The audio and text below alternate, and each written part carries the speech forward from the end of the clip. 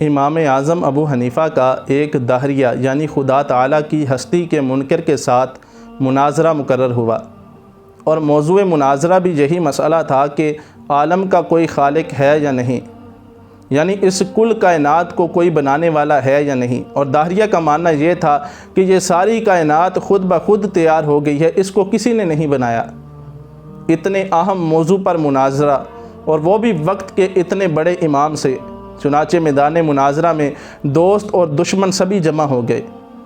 لیکن امام اعظم ابو حنیفہ وقت مقررہ سے بہت دیر بعد تشریف لائے۔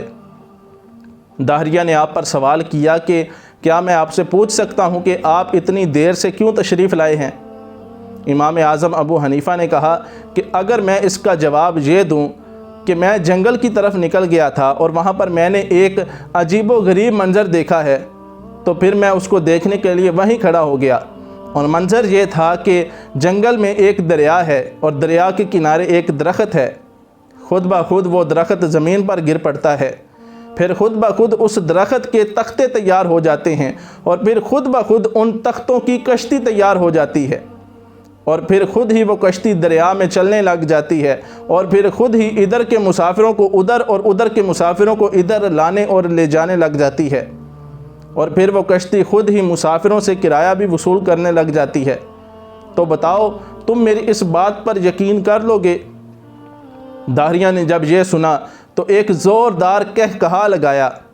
اور کہا کہ آپ جیسا بڑا امام ہو اور جھوٹ بولے، پھر تعجب ہے اس پر، بھلا یہ سب کام خود بخود کیسے ہو سکتے ہیں جب تک ان کو کوئی تیار کرنے والا نہ ہو؟ امام اعظم ابو حنیفہ نے کہا کہ یہ کام تو کچھ بھی نہیں، تمہارے نزدیک تو اس سے بھی بڑے کام خود بخود ہو جاتے ہیں۔ یہ آسمان، یہ زمین، یہ چاند، یہ ستارے، یہ سورج، یہ چرند، یہ پرند، یہ پہاڑ، یہ صدہا قسم کے پھول، یہ انسان اور ساری خدائی خود بخود تیار ہو گئی۔ اگر ایک کشتی کا خود بخود تیار ہو جانا جھوٹ ہے، تو پھر اس ساری خدائی کا خود بخود تیار ہو جانا اس سے بھی بڑا جھوٹ ہے۔ داہریہ نے جب امام صاحب کا یہ جواب سنا تو فوراً اپنے عقیدے سے تائب ہو گیا۔ اللہ اکبر! یقیناً اس کائنات کا ایک خالق ہے اور وہ اللہ ہے، اور ویسے بھی وجود باری تعالیٰ کا انکار عقل کے بھی خلاف ہے۔ آخر پر یہ کہوں گا کہ کوئی تو ہے جو نظام ہستی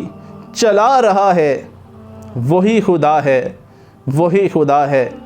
دکھائی بھی جو نہ دے، نظر بھی جو آ رہا ہے، وہی خدا ہے، وہی خدا ہے۔